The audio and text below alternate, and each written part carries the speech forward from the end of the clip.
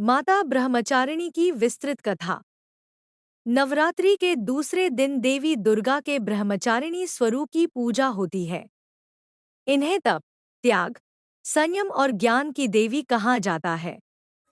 इनके नाम का अर्थ है ब्रह्मा तप, ज्ञान, सत्य, चारिणी आचरण करने वाली, अर्थात जो साधना, संयम और ब्रह्मचर्य का पालन करती है, वही है माता ब्रह्मचारिणी।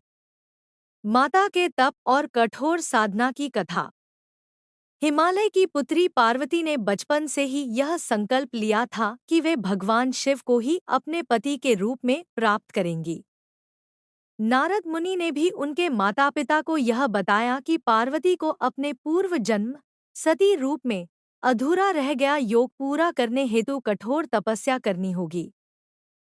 पार्वती जी ने यह व्रत लिया कि वे किसी भी कठिनाई में भी पीछे नहीं हटेंगी। तभी उन्होंने कठोर ब्रह्मचर्य और तपस्या का मार्ग चुना। पहले हजारों वर्षों तक वे केवल फूल, फल और कंदमूल पर जीवित रहीं। फिर कई वर्षों तक उन्होंने केवल शाक, सब्जियां खाकर जीवन व्यतीत किया। उसके बाद उन्होंने सूखे बिल्वपत्र खाना शुरू किया। कुछ समय बाद उन्होंने बिल्वपत्र भी त्याग दिया और केवल पानी पर जीवित रहीं। अंततः उन्होंने जल का भी त्याग कर दिया और केवल वायु का सेवन करके तपस्या करने लगी।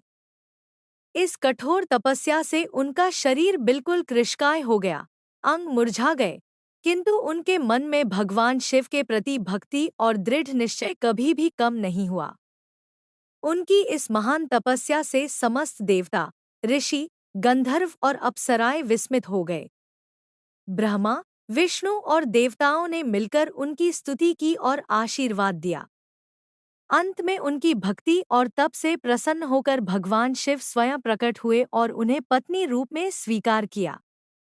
इस प्रकार माता पार्वती ने अपने ब्रह्मचर्य, संयम और कठिन तप से भगवान शिव को प्राप्त किया।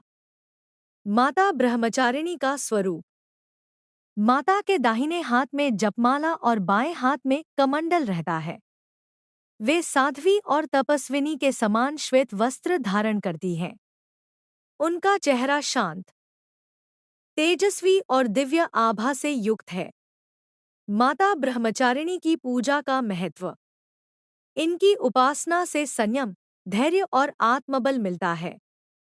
साधक को जीवन की हर कठिनाई सहने की शक्ति मिलती है। तप, ज्ञान और मोक्ष की प्राप्ति होती है। कुंवारी कन्याओं को अखंड सौभाग्य प्राप्त होता है।